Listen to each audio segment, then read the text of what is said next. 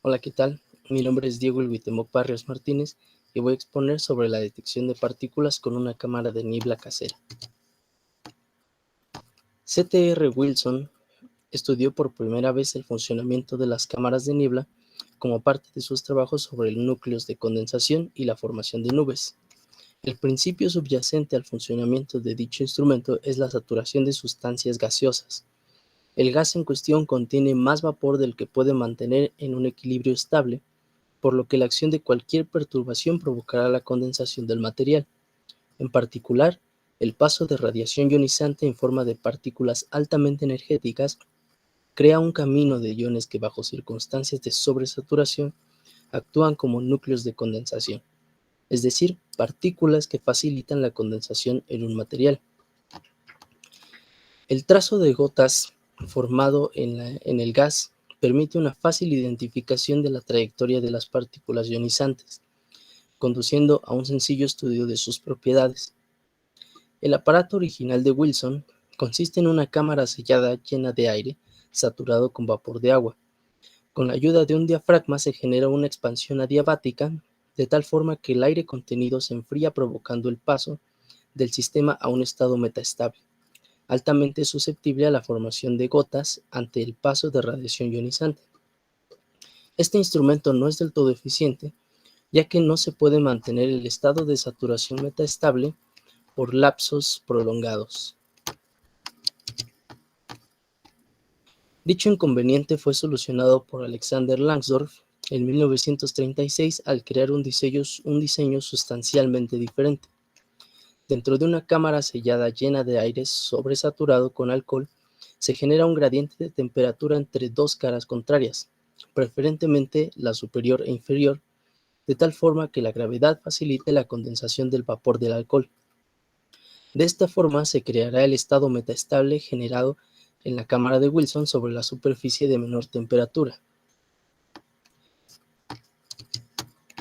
Si bien la cámara de Langsdorff tiene algunos componentes notablemente elaborados, su diseño puede ser simplificado para crearse de forma casera sin degradar su funcionalidad. Por dentro y en el fondo de un recipiente transparente se coloca una esponja humedecida con alcohol isopropílico o metílico al 96%. El contenedor se tapa con una placa de metal que a su vez se sitúa sobre hielo seco. La principal diferencia entre este diseño y el elaborado por Langsdorff es la ausencia de un campo magnético presente en la cámara casera. Las partículas que interactúan con el campo electromagnético tuercen su trayectoria dependiendo de la forma del campo externo. Por ejemplo, ante un campo vertical y constante, las partículas formarán espirales cuyo tamaño y dirección depende de la masa y carga de estos elementos. Esto último no es relevante para la caracterización de las partículas en una cámara de niebla casera, ya que sus trayectorias no se verán afectadas por campos magnéticos externos relevantes. Cada partícula o proceso presente dentro de la cámara deja un rastro diferente dependiendo de la cantidad de energía cinética y masa de los elementos en cuestión. Las diferentes partículas pueden ser identificadas según la forma de su estela de la siguiente manera. Para estelas pequeñas y gruesas, se trata de partículas alfa emitidas por átomos de radón en la atmósfera. Dado que las partículas en cuestión son masivas y poco energéticas, el trazo de su trayectoria es grueso y corto. Para las estelas largas y rectas, se trata de muones producidos en la atmósfera terrestre a unos 15 kilómetros de altura, entre la troposfera y la estratosfera, cuando rayos cósmicos, correspondientes a protones de altas energías, impactan con las partículas atmosféricas. Las estelas zigzagueantes son generadas por electrones o positrones creados de la misma forma que los muones. Al ser partículas tan ligeras, sus trayectorias se ven notablemente torcidas de la línea recta debido a la presencia de moléculas mucho más pesadas en el aire. Las bifurcaciones son la marca de decaimientos acontecidos dentro de la cámara debido a partículas inestables o la interacción de la radiación ionizante con las moléculas del medio.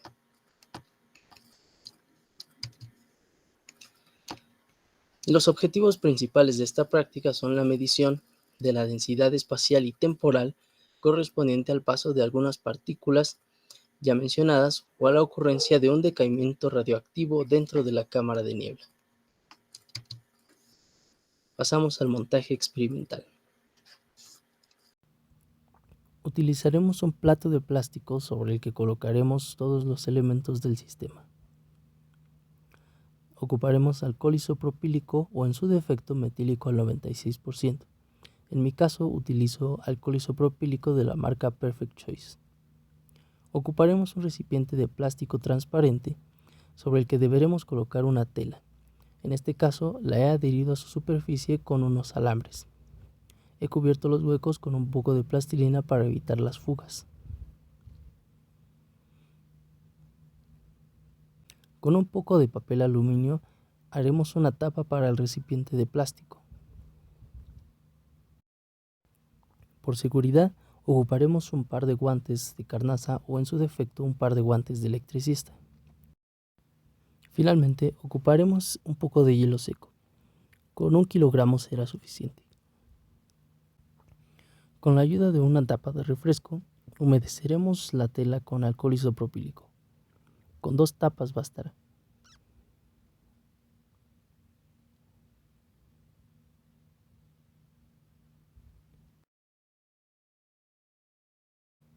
Colocaremos la lámina de aluminio sobre la superficie abierta del recipiente, cuidando que no quede fuga.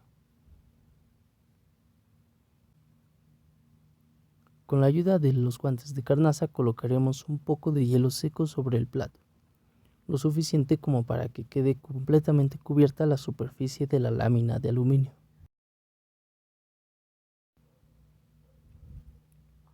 Colocaremos la cámara sobre el hielo seco de tal forma que el aluminio quede en contacto con este.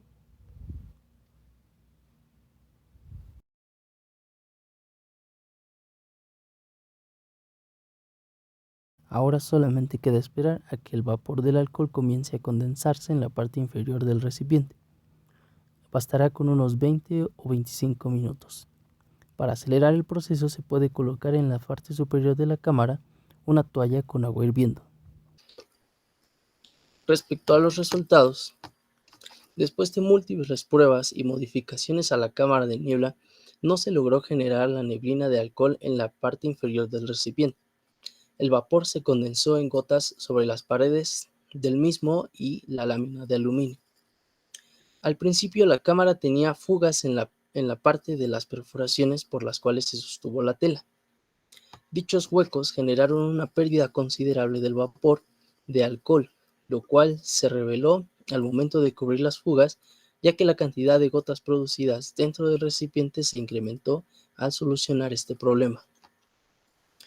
Antes de utilizar papel aluminio como superficie de condensación, se ocupó una sartén cuya superficie irregular evitaba el contacto con el hielo seco y generaba un uso sin provecho de este material.